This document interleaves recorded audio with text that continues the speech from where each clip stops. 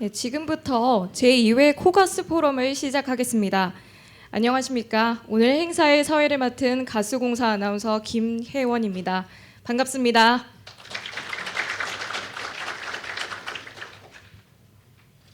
네, 오늘 날씨가 좀 많이 무더운데도 많은 분들이 참석해 주셨는데요. 저희 오늘 코가스 포럼도 뜨겁게 한번 달려가 보겠습니다. 오늘 제2회 코가스 포럼은 합리적 소비 선택을 위한 가스 가격 기능 정상화라는 주제로 진행될 예정인데요. 현재 국내 가스 산업의 가장 중요한 이슈 중 하나가 아닐까 싶습니다. 오늘도 참석해 주신 여러분과 함께 깊이 있는 논의가 진행되기를 기대하겠습니다. 그럼 오늘 행사에 대해 간략하게 안내드리겠습니다. 크게 1부와 2부로 나누어 진행되는데요. 1부는 가스공사 최연애 사장님의 인사 말씀, 기념 촬영, 그리고 발제순으로 진행됩니다. 그리고 2부는 본격적인 토론과 질의응답으로 구성됩니다. 그럼 본격적인 행사에 앞서 바쁘신 와중에도 오늘 이 자리를 빛내주신 내빈분들을 소개해드리겠습니다. 제가 한 분씩 호명해드릴 때마다 자리에서 일어나셔서 인사해주시면 큰 박수로 환영해주시길 바랍니다. 산업통상자원부 전기위원회 이종영 위원장님 자리하셨습니다. 큰 박수 부탁드립니다. 한국가스공사 이석순 비상임 이사장님 자리해 주셨습니다.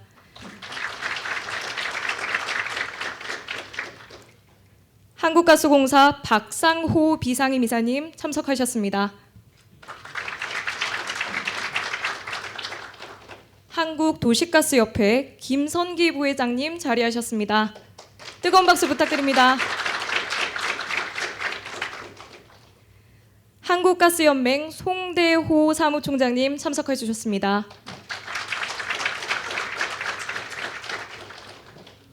서울대학교 이종수 교수님 자리해 주셨습니다.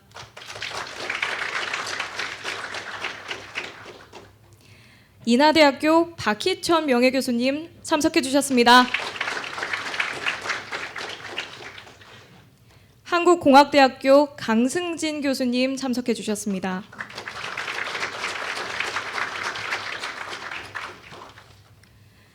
비피코리아 이진욱 대표이사님 참석해 주셨습니다. 엑슨모빌 코리아 김영조 부사장님 자리해 주셨습니다. 뜨거운 박수 부탁드립니다. 네, 이상으로 내빈 소개를 마치겠습니다. 제가 소개해드린 내빈분들 외에도 오늘 행사에 참석해주신 모든 분들께 감사의 인사를 드립니다. 그리고 발제자와 토론자분들은 제가 따로 소개해드리겠습니다. 그럼 1부 행사를 시작하겠습니다. 먼저 가스공사 최연애 사장님의 인사 말씀이 있겠습니다. 사장님을 큰 박수로 맞이해 주시기 바랍니다.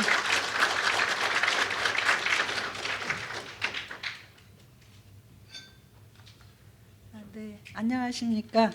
한국가스공사 최연애 사장입니다. 오늘 이렇게 많은 외빈들께서도 와주시고 관심을 보여주신 데 대해서 진심으로 감사드립니다. 제가 이제 준비한 인사 말씀을 좀 드리겠습니다. 바쁘신 와중에도 제2회 코가스 포럼에 참석해 주신 가스산업 전문가 및 내외 귀빈 여러분께 진심으로 감사드립니다. 올 4월 출범한 코가스 포럼은 국내 가스업계가 마주한 대내외적인 여건을 하나씩 짚어보고 또 미래 발전 방향을 모색하고자 마련된 매우 뜻깊은 저희 가스공사로서는 새로운 사회로 나가는 첫걸음을 딛는 그러한 뜻깊은 자리입니다. 지난 4월 첫 행사에서 많은 분들께서 주신 기대와 격려와 기대를 동력으로 삼아 오늘 두 번째 포럼에서 가스산업 현안을 좀 더 심도 있게 논의할 수 있게 되어 무척 기쁘게 생각합니다.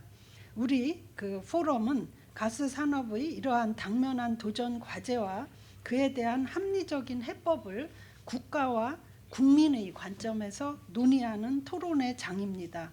이번 미수급 문제도 가스공사만의 문제가 아닌 국가와 국민에 장기적으로 영향을 미치는 문제라는 점에서 그 토론이 되었으면 합니다. 그 결과 이번 포럼이 우리 가스공사뿐만 아니라 가스산업 전체, 나아가서 장기적으로는 국민 모두에게 도움이 되는 그런 해결의 단초를 제공해 줄 것으로 기대하고 있습니다.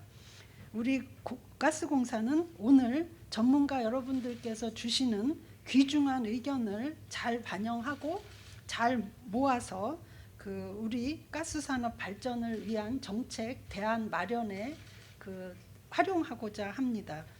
이를 통해서 저희 가스공사는 국내의 그 에너지 시스템을 그 최종적으로 담보하는 그런 에너지 파수꾼의 역할을 최대한 잘 그 이어 나갈 것이라는 약속을 드립니다. 아무쪼록 오늘 그 좋은 의견을 많이 제시해 주기를 바라고요. 하여튼 앞으로도 아낌없는 성원과 또 격려, 관심을 부탁드리면서 다시 한번 오늘 이 자리에 와주신 여러분께 진심으로 감사드립니다. 감사합니다.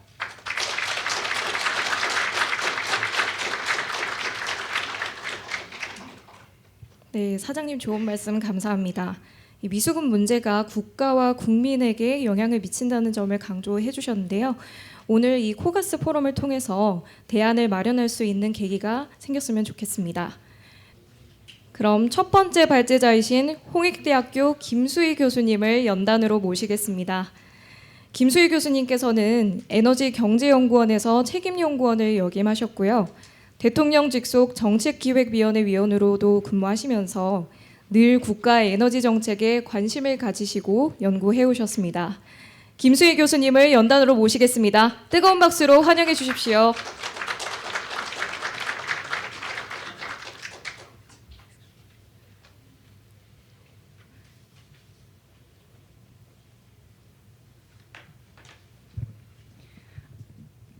예, 안녕하십니까. 저는 홍익대학교 상경학부에 있는 김수희라고 합니다. 이 자리에서 첫 번째로 발표하게 돼서 굉장히 영광으로 생각하고 있습니다. 그러면 지금부터 제가 그 한국가스공사의 미수금이 왜 조속히 회수되어야 하는지에 대해서 말씀드리도록 하겠습니다. 자, 한국가스공사의 도시가스용 미수금 같은 경우에는 현재 14조 원을 돌파하고 있습니다. 사실은 이 발전용 같은 경우에는 미수금이 그리 크지 않고요. 대부분이 그 도시가스용 미수금이라고 보시면 민수용에서 발생하고 있다고 보시면 되겠습니다. 그래서 현재 그 한국가스공사의 총 미수금은 약 15조 정도로 기록하고 있는데요. 이러한 미수금 같은 경우에는 이게 뭐 과거 10년 동안 이렇게 축적된 게 아니라 사실은 2021년부터 조금 늘어났고요. 2022년에 8.6조 그리고 2023년에 13조 원으로 급증했고 또 이로 인해서 가스공사의 누적 부채가 지금 현재 47조 원에 달하고 있습니다. 근데 이 부채의 규모에 대해서 여러분들이 잘 감이 안 오실 것 같은데 47조라고 하면 우리나라의 1년 예산이 600조니까 그중에 한 12분의 1 정도 된다고 생각하시면 되고요. 이게 한 기업의 부채가 이렇게 많이 축적이 되어 있다는 것에 대해서 우리가 문제의 심각성을 한번 생각해 봐야 될 거라고 생각하고 있습니다. 그러면 이러한 미수금의 급증 원인에 대해서 말씀드리겠는데요. 여러분들도 잘 아시다시피 그 2022년에 러시아 우크라이나가 전쟁이 발생했습니다. 그럼으로써 그 유럽에 원래 러시아에서 PNG 형태로 가스 공급을 받고 있었는데요. 이게 LNG로 바뀌었습니다. 근데 아시다시피 우리나라 같은 경우에는 거의 LNG거든요. 그러니까 국제시장에서 LNG 가격이 폭등한 겁니다. 그러니까 우리나라에 그 당시에 들어오는 그 LNG 가격이 뭐 거의 엄청나게 폭등할 수밖에 없었고 또 최근에는 환율도 굉장히 많이 올랐잖아요. 그래서 우리나라의 그 환율 상승에 따른 그 비용도 엄청나게 늘었다고 볼 수밖에 없습니다. 사실은 그렇게 올라간 그 도시가스 요금을 그러니까 LNG 가격을 그대로 요금에 반영을 하면 사실 이 미수금 문제는 발생하지 않습니다. 하지만 이제 정부의 물가 상승 압력과 서민 생활에 부담이 된다는 그 사유로 인해서 지금 요금 상승이 소폭에 그치고 있고요. 이게 소비자 가격에 제때 반영되지 못하였습니다. 그래서 이 한국가스공사의 미수금이 최근에 이렇게 누적되었다고 볼 수 있겠습니다. 그러면 우리도 이제 제도적으로 이렇게 국제 에너지 가격이 급등할 때 이를 해소하기 위한 제도적 장치는 도시가스 연료비 연동제라는 것이 있습니다. 이것은 이제 1998년 8월부터 도입이 되었는데요. 요금 조정의 투명성과 객관성을 확보하고 자원의 합리적 배분 그리고 사업자의 경영 안정성 보장을 위해서 도입되었습니다. 하지만 이게 이제 유보 조항이 있거든요. 산정 원료비가 기준 원료비를 플러스 마이너스 3%를 초과할 경우에는 국민 생활과 국민 경제의 원활한 운영을 위해서 비상시 연동제 유보 구성을 두었습니다. 그래서 2021년, 22년, 23년 이렇게 미수금이 누적된 것은 사실 이게 도시가스 연료비 연동제의 유보 규정 때문에 그렇다고 할 수 있고요. 그래서 이제 도시가스 요금을 그 연료비 상승에 따라서 많이 올리지 못한 이유도 바로 여기에 있습니다. 그러면 우리가 이제 그 미수금이 발생한 사례가 과거에는 없었냐? 그렇지는 않고요. 지난 2008년 글로벌 금융위기가 발생했을 때 사실 미수금이 발생한 적이 있습니다. 그래서 2008년부터 2012년까지 미수금이 한 5조 5천억 정도 늘었거든요. 근데 이게 이제 그 2013년부터 사실 이제 그 환경이 유가가 저유가 기조로 바뀌면서 이 미수금을 2013년부터 회수하기 시작했습니다. 그래서 2017년 10월에 거의 회수를 거의 다 했던 그런 경험을 가지고 있습니다. 근데 이때의 그 누적 미수금은 약 5조 원에 그치고 있고요. 현재의 미수금은 15조 원이니까 사실은 비교하기도 좀 그렇다고 할 수 있겠습니다. 그러면 우리나라의 그 도시가스 미수금을 이렇게 해소하지 못하는 건 요금이 꽉 막혀 있는 그런 현실에서 출발하고 있는데요. 그럼 다른 나라의 경우에는 어떻게 했느냐 하면 사실 그 유럽의 대부분 국가들 같은 경우에로 급등한 에너지 요금, 도시가스 요금을 유럽 같은 경우에는 그때그때 반영을 했다고 볼 수 있겠습니다. 그래서 독일, 프랑스, 영국 같은 경우에는 사실 2020년에 요금이 2020년 대비 프랑스는 68%, 영국은 183% 정도 상승을 했고요. 그다음에 독일 같은 경우에도 180% 정도 상승해서 그 요금을 거의 증가했다고 볼 수 있고, 단지 이렇게 증가한 그 요금에 대해서 국민적인 부담을 감소시키기 위해서 사실은 그 유럽 같은 경우에는 긴급 예산 편성이라든가 아니면 복지기금 등의 재원을 활용해서 정부 보조금을 지불하여 가스 요금 상한제 시행에 따른 손실을 보전하거나 가정용 가스 요금을 직접 할인하는 그런 대책을 실시한 그런 경우가 있습니다. 현재 우리나라의 이러한 미수금 15조에 달하는 이 미수금 같은 경우에는 이걸 해결하기 위해서 사실은 가스공사 자체의 노력도 굉장히 중요하다고 생각합니다. 하지만 이미 가스공사 같은 거는 그러한 노력을 지금 한 2년째 해오고 있고요. 그보다는 보다 근본적으로 현재 유보 중인 연료비 연동제를 정상적으로 가동시켜서 더 이상 그 미수금이 쌓이지 않는 방향으로 정책을 수립해야 될 것으로 저는 개인적으로 생각하고 있고요. 그러한 이유는 한 5가지 정도 제가 들 수 있겠습니다.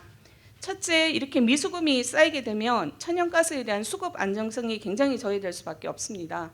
왜냐하면 사실은 미수금을 현재 자산으로 처리하고 있지만 사실 그 내용을 보면 부채나 마찬가지거든요. 그래서 가스공사 같은 경우에는 자금의 부족에 시달릴 수가 있고요. 이것은 단기 운영 자금으로 이어져서 LNG 도입 대금이 지연되거나 또 어려워질 수 있고, 또 이는 바로 천연가스의 수급 불안으로 바로 이어질 수 있습니다.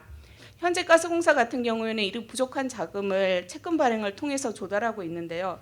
사실은 이것은 또 다른 금융시장에서의 불안을 야기할 수 있고, 또 재무 구조를 악화시켜서 대외 신윤도도 하락해서 천연가스 도입할 때 공사의 가격 협상력을 약화시킬 수 있는 요인이 되고 있습니다.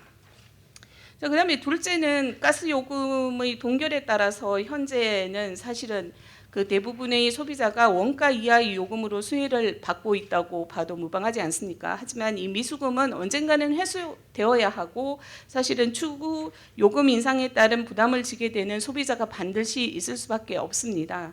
그래서 현재 수혜를 받는다고 하더라도 미래 세대한테는 그게 오히려 부담으로 작용할 수 있어서 사실은 경제학에서 말하는 이 불공정한 시비가 발생할 수 있고, 또한 미수금 규모가 크면 커질수록 회수를 위한 정산단가 반영 기간이 굉장히 길어지면서 세대 간 교차 보조가 발생할 수 있는 여지도 있습니다. 그 다음에 그 세 번째 같은 경우에는 현재의 도시가스 요금이 저렴하다 보니 소비자들의 그 요금 수용은 그 요금에 대해서는 소비자들이 혜택을 보고 있다고 할 수 있겠지만은 사실은 우리가 이 기후 변화 대응하기 위해서 이 에너지를 굉장히 절약해야 되는 그런 합리적인 에너지 소비를 저해할 수가 있습니다. 그래서 원래 원로비 연동제는 국제시장 가격을 통해서 국내 가스 가격을 예측할 수 있게 하는 기능을 수행하는데, 현재는 이게 장기간 요금 인상이 유보되고 있어서 가격 예측력을 사실은 저하시키고 소비자의 요금 수용성을 현재는 저하시키고 있는 상황이라고 볼 수밖에 없습니다. 그다음에 네 번째는 정부 정책이나 아니면 한국가스공사에 대한 신뢰도가 하락할 수 있습니다. 왜냐하면 그 바뀌는 환경에 따라서 적절하게 정부 정책이 수립되어야 되는데, 소비자들한테 그런 뭐 가스 요금 급등이라든가 국제 에너지 가격의 급등 상황에도 불구하고 낮은 가격으로 이렇게 계속 소비자들한테 가스 요금을 부과하는 것 자체가 사실은 국민들한테 허황된 어떤 기대감을 줄 수도 있고, 그러면 정부 정책이 앞으로도 그러면 그런 급등 상황이 발생하더라도 지속적으로 국민들한테 그런 기대를 유발할 수 있습니다. 그렇게 하다 보면 사실은 국민들이 예측하는 거하고 실제 요금하고 따로 가는, 그래서 전반적으로는 신뢰도가 하락할 수 있다고 저는 생각하고 있습니다. 그리고 현재 그 장기간의 연동제 유보, 현재까지도 이 그 가스고임 미수금을 언제 어떻게 해소하겠다는 그런 계획이 나와 있지 않기 때문에 이거는 향후 소비자들한테 요금의 불확실성을 증가시키고, 또 한국가스공사는 상장 기업입니다. 네, 상장 기업인데 이 한국가스공사의 대외 신인도에도 굉장히 악영향을 줄 수 있습니다. 다섯 번째는 현재의 미수금 규모 같은 경우에는 제가 생각하기에는 너무 큽니다. 과거에 저희가 한 5조 원의 미수금이 있었을 경우에 그것을 이제 그 회수하는 기간이 한 5년이었거든요. 근데 그때의 경험대로 한다고 하더라도 이 미수금을 회수하기 위해서는 15년이라는 기간이, 그냥 단순하게 생각해도 그 기간이 필요한데 이게 과연 바람직한가 하는 것에 대해서 심각히 생각해 볼 수 있고요. 또 과거에 미수금 같은 거 회수할 때는 사실은 저유가가 어느 정도로 뒷받침이 되어 줬습니다. 근데 현재는 저유가로 가는 분위기를 예측할 수 없는 상황이고, 또 중동에서 계속 전쟁이 일어나고 있습니다. 근데 한국의 경우에는 천연가스 도입의 60% 이상이 사실은 유가 연동 LNG 장기 계약입니다. 그래서 이걸 장기 계약을 맺었다고 하더라도 유가가 급등하게 되면 도입 가격이 증가할 수밖에 없는 그런 구조를 내포하고 있습니다. 그래서 이러한 미수금이 계속 그 어느 정도 해소되어 앞으로 몇 년간 해소되으리라는 기대는 저는 하지 않고요.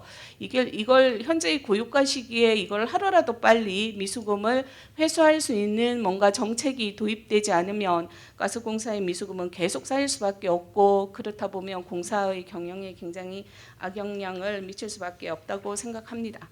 그리고 마지막으로 사실은 이 민수용 도시가스 요금 같은 경우에는 인상을 하게 되면 저소득층이나 아니면 취약계층 같은 경우에는 겨울에 난방을 가스로 하는 가구가 많기 때문에 사실 영향을 받을 수밖에 없습니다. 하지만 최근에 이제 작년 12월 달 같은 경우에도 이에 대한 보충적인 그런 어떤 제도가 수립된 게 있고요. 우리가 가스 요금을 올리려고 하는 그 기조에 맞춰 가지고 이 부분에 대한 정책을 다시 한번 점검해서 저소득층이나 취약계층한테는 조금 더 보완되는 그런 정책 수립과 더불어서 사실 현재 우리나라의 도시가스 요금은 사실 일본의 57% 수준밖에 안 됩니다. 근데 얼마 전 뉴스 기사에서 저희 나라의 1인당 GDP가 그냥 명목으로 계산했을 때 지금 일본과 거의 동등하거나 일본을 앞섰다 하는 이런 뉴스가 나왔습니다. 그걸 비춰봤을 때 일본하고 우리하고 소득 수준을 고려해 보더라도 현재 우리나라의 그 민수용 도시가스 요금은 일본의 한 57%반 정도밖에 안 되니까 우리가 앞으로 좀 올려야 될 여지는 좀 있지 않을까 저는 개인적으로 그렇게 생각하고 있습니다. 그래서 따라서 도시가스 요금을 원가에 부합하도록 조속히 정상화해서 정당한 비용을 지불하고 소비자가 사용하도록 하는 것이 공정한 정책이 될 거라고 생각하고 있습니다. 이상으로 발표를 마치도록 하겠습니다. 감사합니다.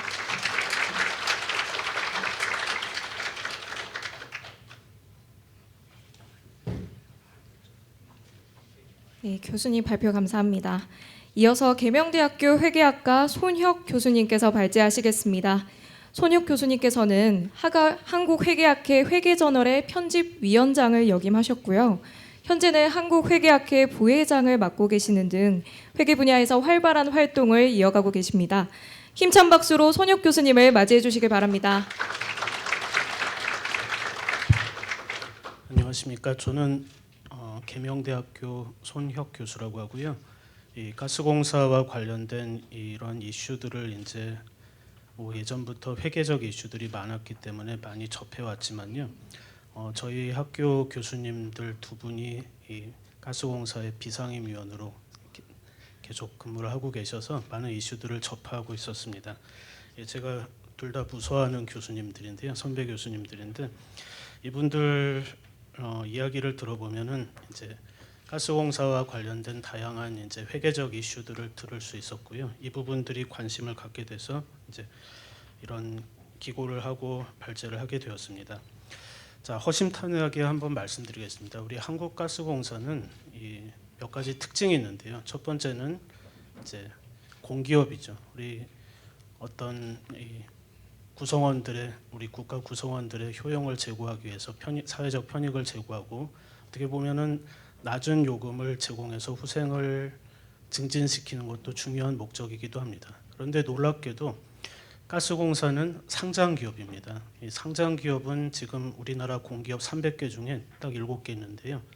그 중에 하나였고요. 이 가스공사가 상장기업이다 보니까 또 주주가치를 제고하는 등 다양한 또 영리 추구를 해야 되는 부분이 있습니다. 또 하나 특징은 상장기업의 경우는 우리나라는 2011년부터 제가 회계학자이기 때문에 회계와 관점에서 말씀드리면 2011년부터 국제회계 기준을 도입했습니다. 이 국제회계 기준을 이제 도입을 하는데 원칙 중심의 회계라고 불리는데요. 이 회계 기준은 경영진이 어떤 기업의 실질을 제대로 보고할 수 있으면 그 실질 회계 기준이 설령 없다고 하더라도 그 실질에 맞춰서 보고할 수 있도록 되어 있습니다. 자, 그럼에도 불구하고 이 한국가스공사의 미수금은 흔히 우리가 통상적으로 생각하는 미수금과는 조금 성격이 다릅니다. 매출 채권이라고 보기는 어려운 부분이 있고요. 그래서 이 부분도 이미 2000년대부터 계속 논란이 되고 있었습니다. 그래서 그 다양한 이슈들을 거쳐가지고 결국 기준원이 판정을 해줬고요. 그래서 지금 기타 비유동 자산이라는 측면으로 인식이 되고 있습니다. 자, 그런데 이 회계 기준이 앞으로도 계속 이슈가 된다는 거죠. 우리가 자산이라는 부분은 회계적 관점에서 계속 말씀드리지만 우리 과거의 거래나 경제적 사건의 결과로 현재 특정 실체가 통제, 컨트롤할 수 있는 미래 자원의 유입 가능성이 거의 확실하고 그 금액을 신뢰성 있게 측정할 수 있어야 자산이라고 할 수 있습니다.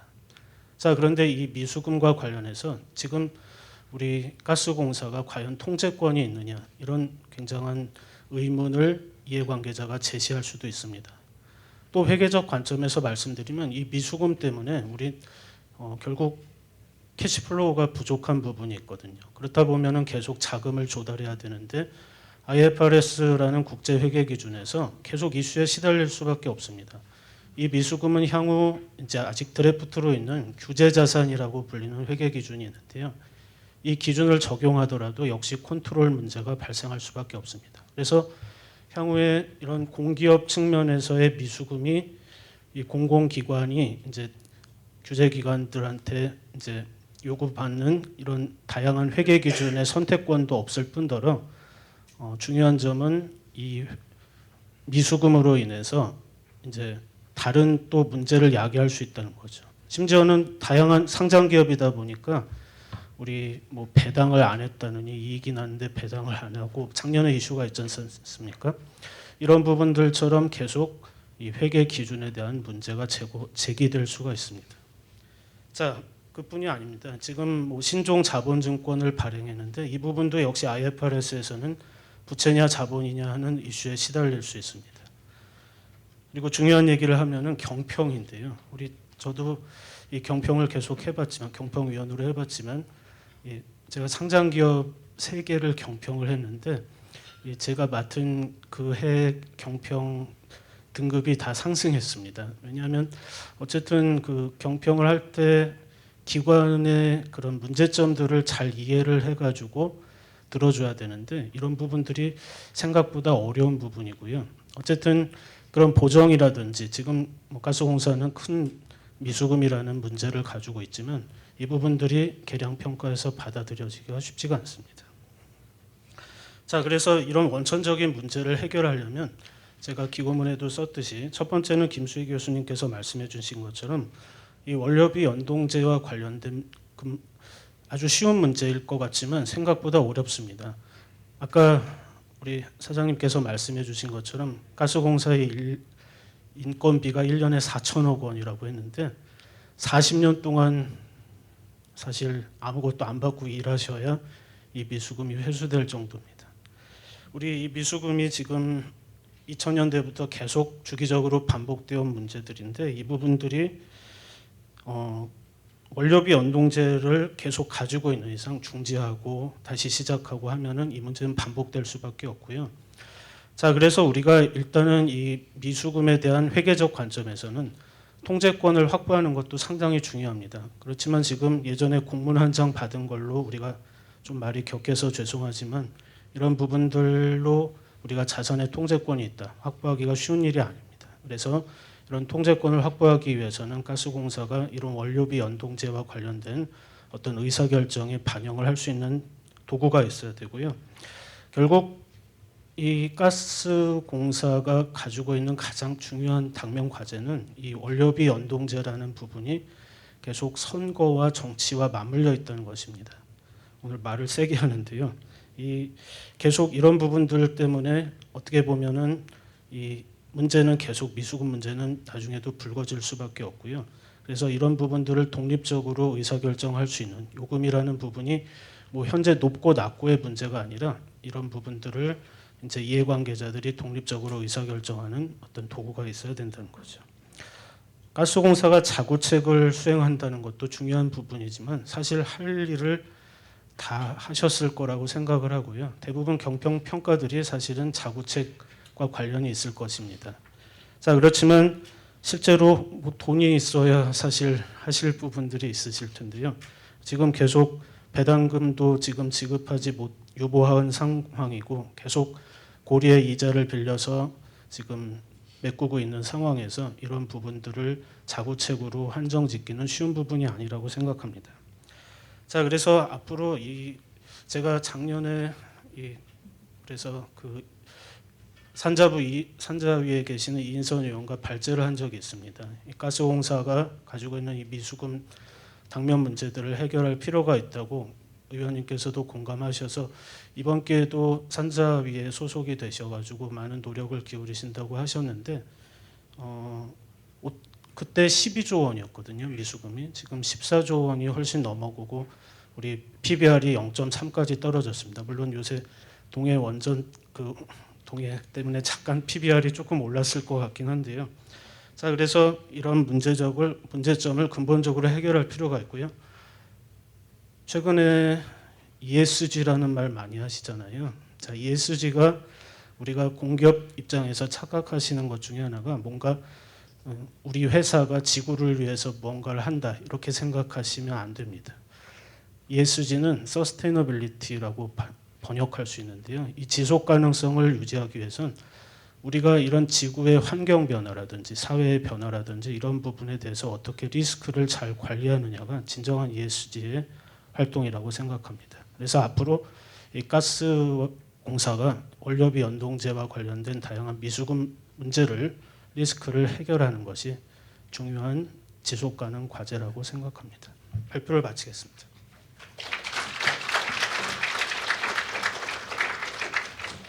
네, 감사합니다. 교수님께서 회계적 관점에서 가스공사가 미수금에 관한 실질적인 통제권을 확보해야 한다고 하신 말씀이 기억에 남습니다. 그럼 이제 마지막 발제자분을 모시겠습니다. 강원대학교 김영건 교수님께서 발제해 주실 건데요. 교수님께서는 지식경제부 에너지산업전문위원회 위원을 역임하셨고요. 현재는 강원대학교 경제학과 교수로서 자원경제와 공공경제 분야의 전문가로 활동하고 계십니다.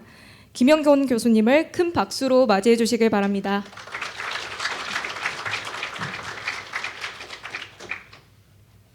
안녕하십니까. 방금 소개받은 강원대학교 경제학과의 김형건입니다. 사실 오늘 이 자리에 오기 전에 이미 제가 이제 기고문을 이제 작성을 하고요. 오늘 이제 프로그램에 대해서 안내를 받기는 했지만 이렇게 많은 전문가들이 오시리라고는 제가 사실 기대하지는 못했어 가지고요. 오늘 오신 분들을 뵙고 제 기고문이 이제 내용이 너무 없구나 조금 이제 자괴감에 이제 빠졌는데 제 발표는 사실 기고를 할 때 일반적인 대중을 이제 이해시키는 목적을 위해 가지고 제가 썼고요. 오늘 행사를 위해 가지고는 여기 저보다 더 훌륭하신 전문가분들이 워낙 많으시기 때문에 그분들께서 이제 이후 토론에서 굉장히 좋은 아이디어들을 이제 많이 말씀해 주실 거라고 기대를 하고 제 내용은 그 토론을 위한 배경을 이제 설명하는 정도의 내용을 이제 포함하고 있다고 보시면 될 것 같습니다. 가장 먼저 이제 오늘 왜 이 자리에서 우리가 도시가스 요금에 대한 이야기를 해야 되는지부터 아주 원론적인 얘기부터 시작을 드리면은요. 우선 이제 일반적인 상품에 대한 가격들은 다 수요와 공급에 의해 가지고 시장에서 이제 결정이 되는 게 너무 당연하겠죠. 그리고 그것이 이제 경제학적으로 이제 효율적이라고 이제 평가를 받고요. 하지만 이제 도시가스 산업이라는 거는 이제 대규모의 설비하고 대규모의 이제 투자가 필요한 이제 자연 독점적 성격이 이제 있는 산업입니다. 그래서 이제 비용 효율을 위해 가지고는 당연히 독점 기업이 필요하게 되고요. 독점 기업이 이제 필요하게 됐는데 독점 기업에 정부가 관여하지를 않으면은 이제 문제는 이제 독점적 이윤을 이제 취할 수가 있는 거죠. 뭐 그런 이유로 당연히 국가에서 이제 개입을 하게 되고 국가가 개입했을 때 가장 효율적인 이제 가격은 어디냐라고 이제 생각을 해보면은 완전 경쟁 시장에서와 똑같이 이제 한계 비용에서의 가격을 결정하는 게 가장 이상적입니다. 하지만은 이제 자연 독점적인 이제 기업의 특징이 한계 비용이 이제 평균 비용보다 이제 더 낮은 데 위치해 버리는 이제 문제가 있죠. 그렇기 때문에 대부분의 공공요금들은 이제 평균 비용인 원료를 이제 산정해 가지고 거기에 맞는 이제 요금을 책정해 주는 이제 시스템들을 대부분 채택을 하고 있습니다. 도시가스 요금 역시 물가 안정에 관한 법률 시행령 제6조에 총괄 원가를 보상하는 수준에서 결정을 한다라는 이제 내용이 포함되어 있고요.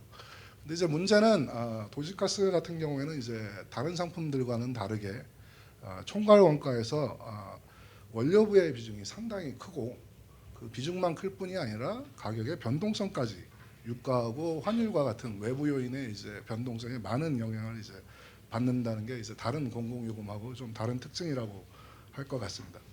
그러면은 우리가 이런 이제 제도를 택한 이유 자체가 시장의 효율성을 위한 거기 때문에 당연히 그 가격에 연동을 해줘가지고 가격을 책정해줘야 그래야 이제 시장의 효율성을 이제 유지를 할 수가 있겠죠.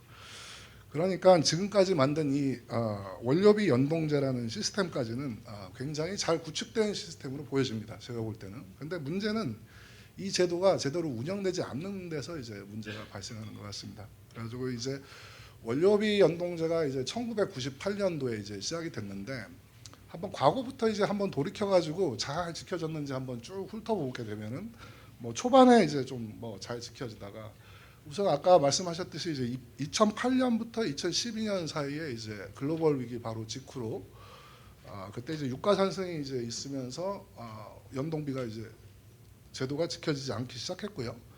그다음에 이제 유가가 조금 안정이 되니 그때 발생한 한 5조 원 가량의 이제 미수금을 회수하기 위해 가지고 또 다시 4년 정도를 이제 허비를 합니다.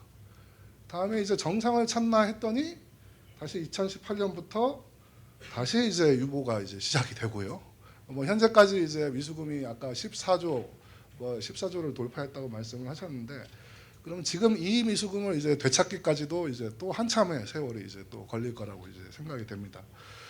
그래야 이런 문제들이 이제 발생을 하는데, 만약에 이게 국가적으로 이제 어떤 문제점들을 이제 야기하는지 처음에 시작에 효율성으로 이제 얘기를 시작을 했으니까 어떤 비효율성들을 낳고 있는지를 한번 확인을 해보면은요. 일단은 이제 소비가 이제 많아지는 이제 문제가 있겠죠. 아까도 뭐 말씀을 하셨지만은 이제 유가가 급등하고 천연가스가 이제 급등했던 2022년 같은 경우에는 대부분의 이제 국가들이 도시가스 수요가 이제 감소를 했죠. 가격이 올라갔으니까요, 당연히. 근데 우리나라만 유독하게 이제 소비가 올라가는 이제 상황을 보였고요. 근데 이제 연동제가 이제 유보가 됐으니 어떻게 보면은 소비자 입장에서는 뭐 좋다고 느낄 수도 있습니다. 당분간은 이제 싼 가격에다 돈을 지불하고 있으니까. 근데 원료비보다 이제 가격이 싸게 되면은 당연히 소비자 입장에서는 소비자 잉여가 올라가겠죠. 나는 싼 가격에 샀으니. 근데 문제는 그 돈이 이제 생산자 입장에서는 이제 비용이 다시 되는 거죠. 그래서 생산자 잉여는 이제 떨어지게 될 테고. 그게 만약 두 개 소비자 잉여가 늘어난 거하고 생산자 잉여가 늘어난 게 똔똔이 되면 괜찮은데, 문제는 생산자가 피해를 보는 게 액수가 더 크다라는 거죠. 그게 일반적으로 이제 경제학에서 사중 손실이라고 부르는 부분인데, 요 사중 손실이 일단 발생을 하는 첫 번째 문제가 있고요. 두 번째는 그 생산자 잉여에서 손해 본 부분, 그 손해 본 부분은 그러면은 과연 진짜 생산자의 손해인가를 생각을 해보면은 그 부분은 다시 미수금을 통해 가지고 미래의 소비자가 또 그 피해 비용까지 또 지불을 해야 된단 말이죠. 그러니까 소비자가 지금 자기가 이익을 얻는 거 있는 걸로 착각을 하지만은 결국은 장기적으로 봤을 때는 소비자의 잉여 자체도 떨어져 버린다라는 이제 문제가 경제학적으로는 이제 가장 큰 비효율을 이제 발생시키는 비용인 것 같고요. 두 번째 문제는 반대로 다시 미수금을 회수할 때도 또 문제가 생깁니다. 그때는 가격이 올라가겠죠. 그럼 어떻게 보면 시장 가격보다 소비자들은 더 비싼 가격을 또 그때는 또 내야 돼요. 그럼 그거에 의해 가지고 소비가 다시 왜곡이 되고, 그러니까 한 번의 문제로 끝나는 게 아니고 다시 회수할 때도 생기고 양쪽의 문제가 이제 발생을 하는 거죠. 그러니까 어떻게 보면 가장 쉽게 얘기를 하면 딱 그 얘기죠. 그러니까 비쌀 때는 많이 쓰고 쌀 때는 덜 쓰는 딱 이 문제가 지금 발생을 한다고 이제 생각을 하시면 되고요. 두 번째는 그러면은 소비자 뭐 당연히 뭐 피해를 지금 장기적으로 뭐 볼 수밖에 없는 상황이고요. 국가적으로 손실이고요. 두 번째는 가스공사의 입장에서 봤을 때 물론 이제 미수금이라는 제도가 있기는 하지만은 단기적으로 현금 유동성이 이제 굉장히 제약을 받기 때문에 여러 가지 이제 문제가 발생을 하겠죠. 재무 구조에 이제 문제가 발생을 하는데, 그럼 그 가스공사의 재무적인 문제가 과연 기업의 문제냐? 어떻게 보면은 이거는 소비자의 문제로 다시 이제 환원이 되는 거죠. 이게 아까 첫 번째는 이제 앞에서도 말씀을 하셨지만은 이제 안정적인 이제 도시가스 공급의 문제가 일단 영향을 받을 수가 있고요. 두 번째는 지금 이자가 이제 누적될 수밖에 없고 단기 차입을 많이 할 수밖에 없으니까 부채가 쌓일 수밖에 없고, 부채가 쌓이게 되면 당연히 이자라는 비용이 발생을 하고, 그 이자라는 비용은 결국은 미래의 소비자가 다시 부담을 해야 되는 이런 문제가 또다시 발생을 합니다. 그리고 마지막으로 또 말씀을 드리고 싶은 거는 만약에 연동제라는 걸 유보할 수도 있겠죠. 물론 경제적인 효율성도 중요하지만은 국가적 비상이라는 상황이 발생하면은 당연히 유보를 해가지고 안정을 시킬 수가 있겠죠.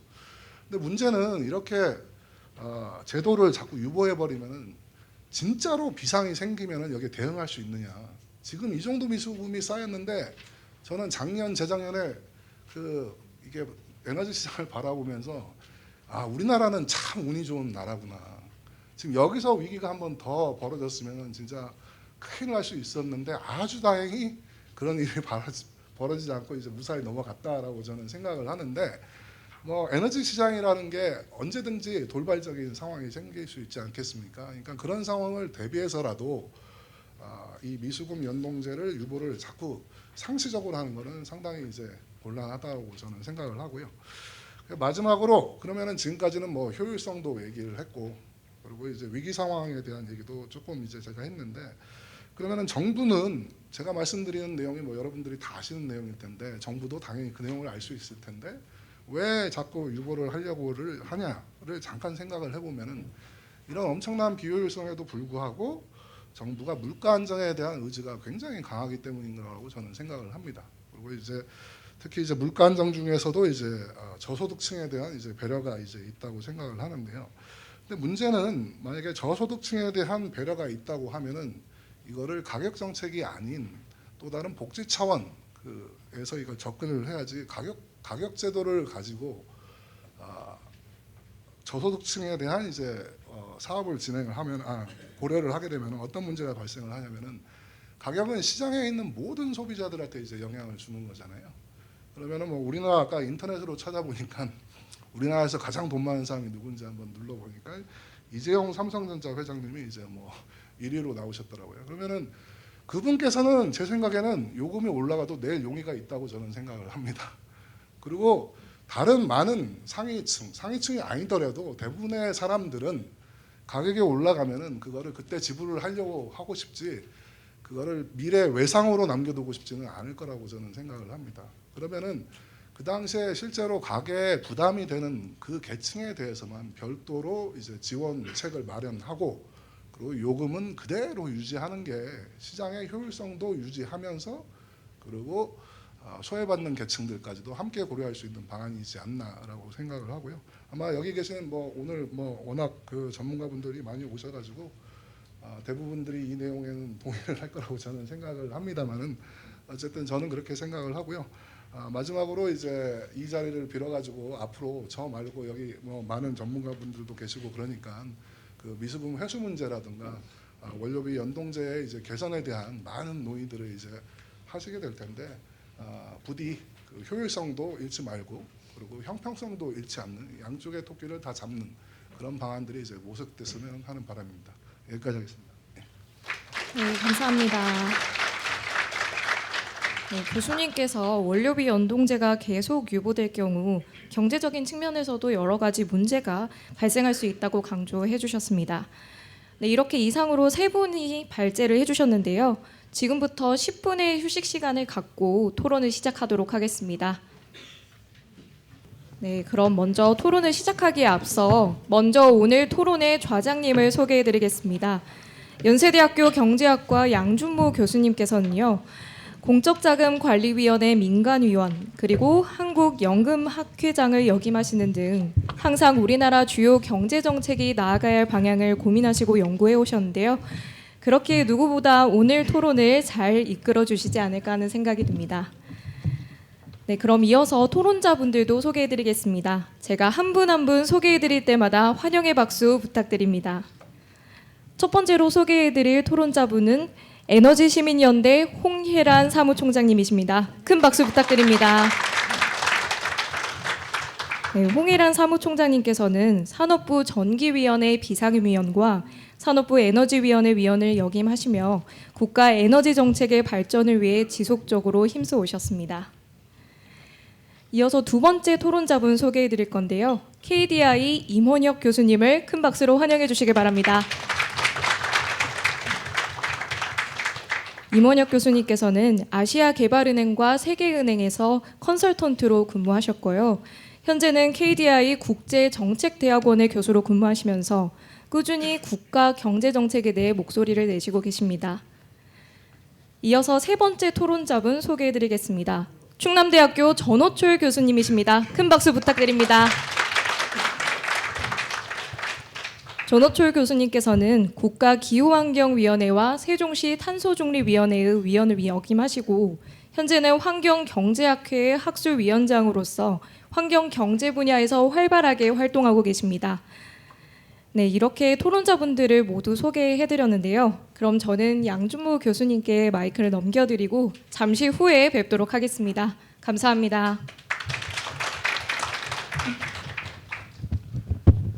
네, 안녕하십니까. 소개받은 연세대학의 양준모입니다. 다시 한번 인사드리겠습니다.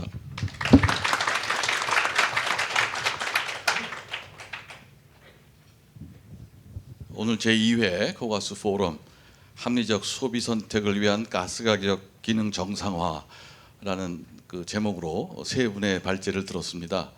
뭐 간략하게 정리하면 합리적 정상화라고 생각이 되죠. 사실 그동안의 비정상적인 그러한 법제와 어떤 관행에 어떻게 보면 맹목적으로 따라왔던 것은 아닌가 하는 그런 이제 반성의 시간이기도 합니다. 세 분의 발제를 들었고요. 차례로 우리 KDI 임원혁 교수님서부터 10분씩 토론을 하도록 하겠습니다. 임원혁 교수님 박수 부탁드립니다.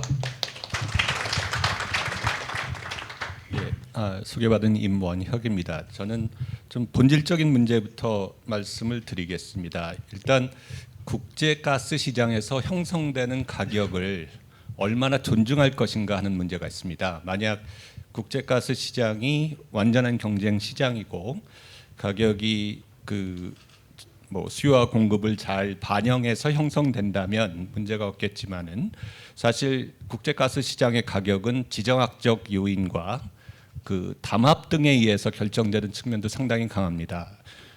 모두의 최은혜 사장님께서도 말씀하셨습니다마는 2022년 2월에 러시아가 우크라이나를 침공하고요.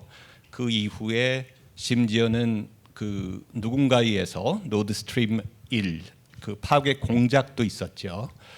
그와 같은 지정학적 요인에 의해서 단기적으로 가스 가격이 급등을 했고 심지어는 일부에서는 음모론까지 제기를 해서 미국의 LNG 업자들이 이익을 보기 위해서 일정 부분 이런 상황을 활용하는 거 아닌가 하는 문제 제기도 있지 않습니까?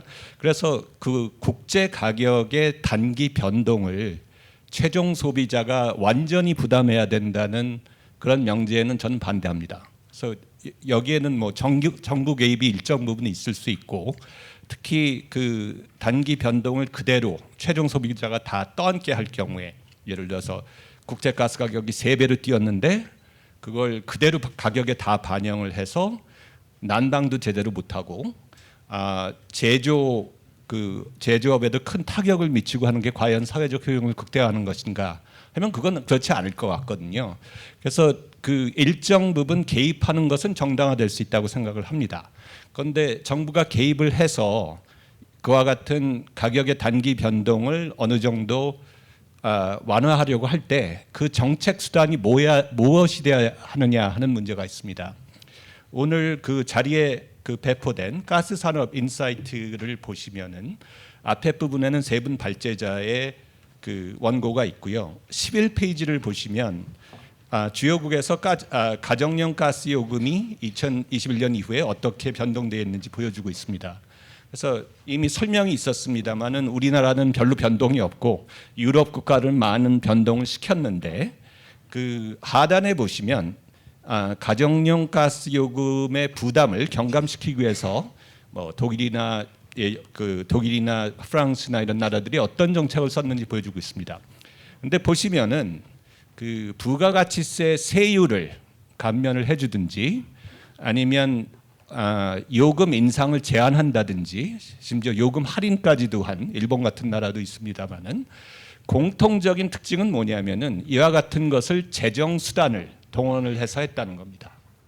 근데 우리나라는 이와는 달리 공기업인 가스공사한테 부담을 지우는 방식으로 한 것이죠.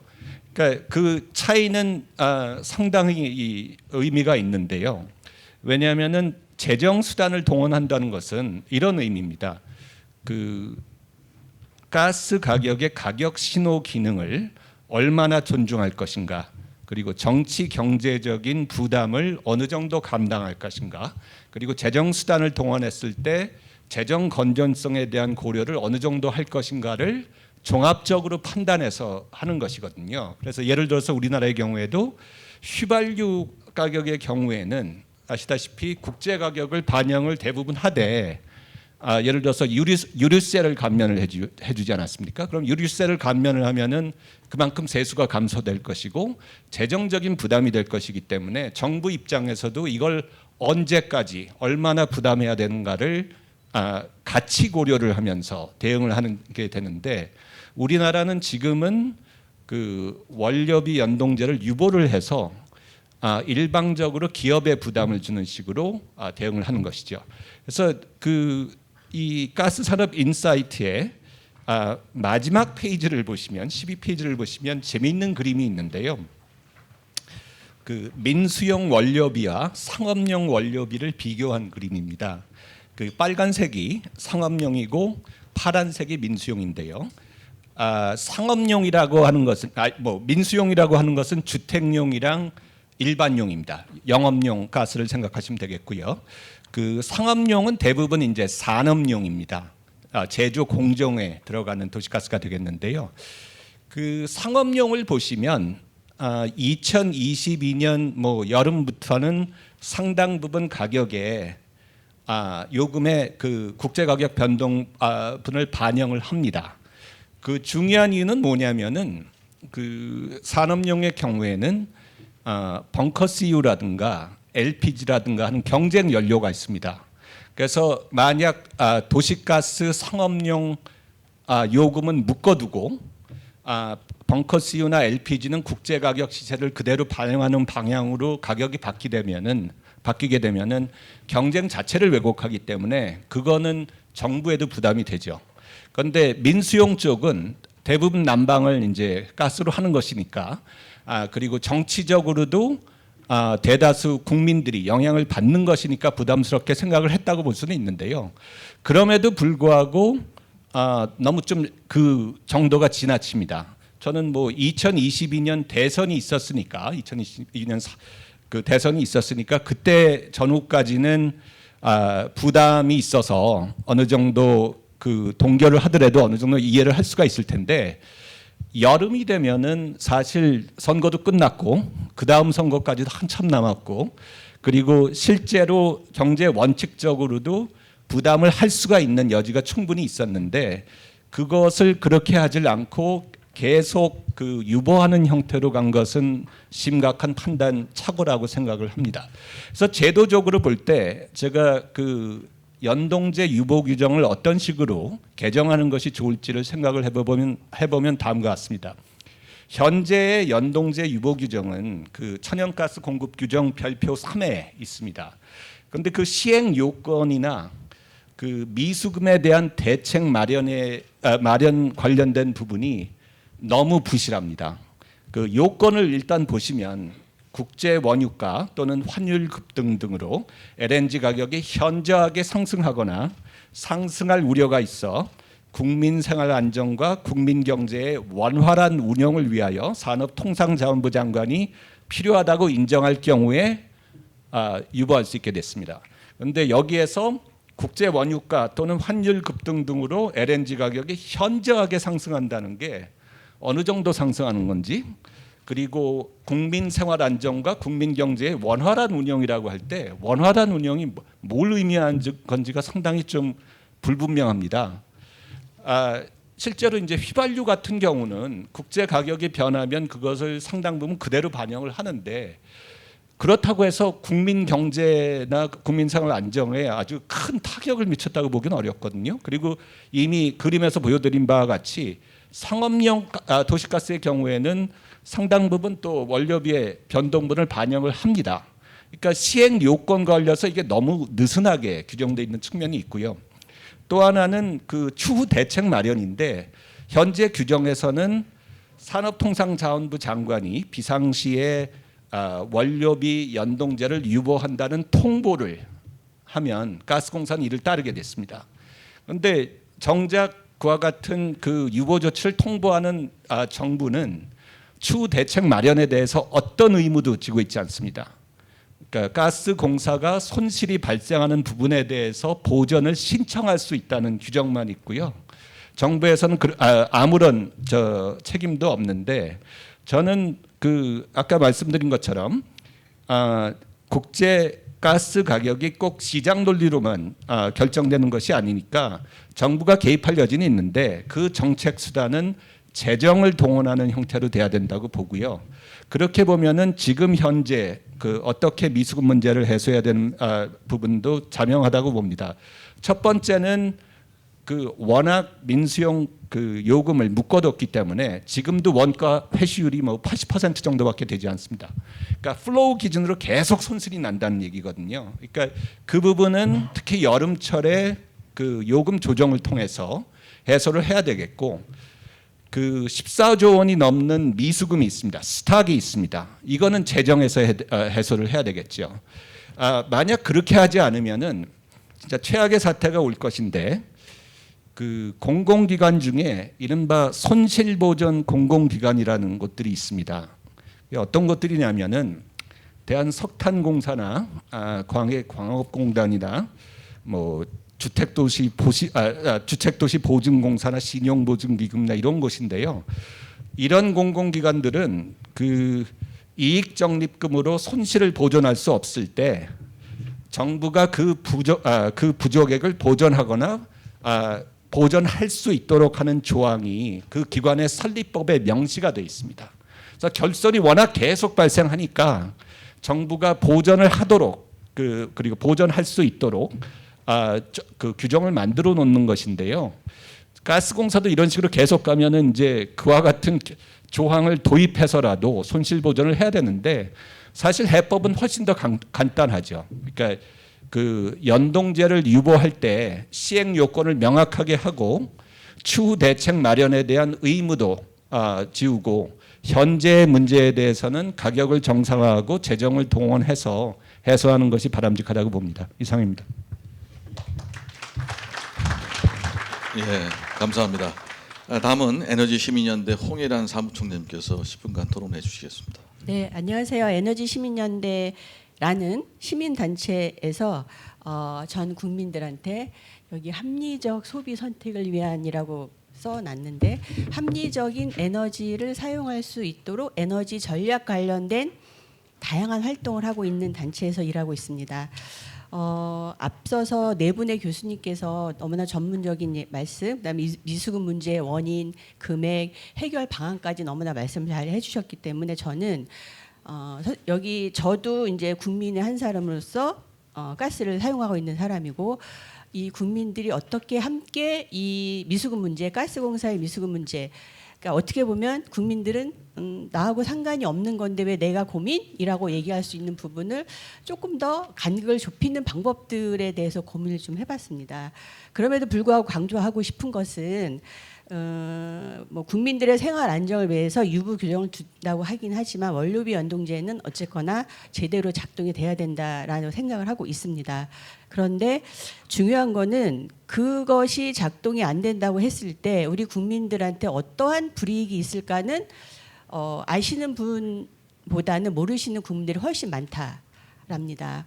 그래서 저는 그 큰 문제죠. 여름철 이제 어제인가요? 거래소 자료 보니까 가장 올여름에 여름에 가장 그 전력량이 많이 소모됐다고 하던데 시작이라고 합니다. 이제 뭐 계속 언론에 나오는 게 에너지 문제라든가 전 세계의 기후변화 문제인데 이게 비단 가스 에너지 문제하고 다 연결되는 부분일 거라는 것은 알지만 세부적으로 들어갔을 때는 이게 나한테 피해가 올까라는 거에서는 또 온도차가 있습니다.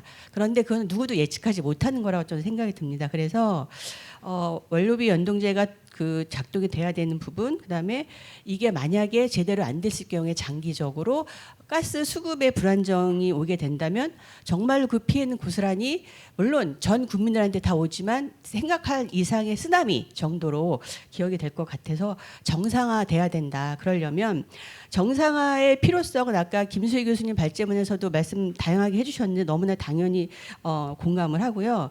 저는 지금 저렴하게 싸게 사용하고 있습니다. 그런데 제가 끝이 아니잖아요. 저는 제대로 정상 가격을 내고 사용하고 싶습니다.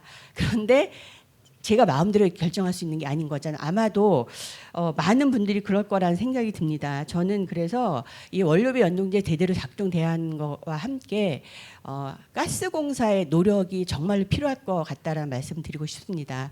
가스공사가 노력을 안 해서 말씀드리는 건 아니고요.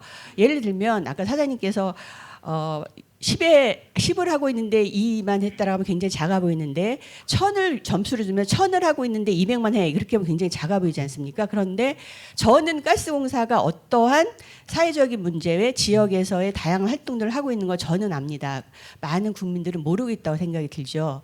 저는 가스공사의 노력이라는 거가 멀리서 찾으면 안 된다고 생각이 듭니다. 이미 하고 계신 것들을 조금 더 홍보에 치우치라는 얘기가 아니라 왜 가스공사가 이런 것들을 하는지가 지금의 기후 문제, 에너지 문제와 연결돼서 조금 더 정교하게 알리면서 같이 했으면 좋겠다는 말씀을 드리고요. 두 번째는 이 가스에 대해서 우리 국민들이 어느 정도 알고 있는지에 대한 리서치, 설문조사 같은 것도 필요하다고 생각이 듭니다.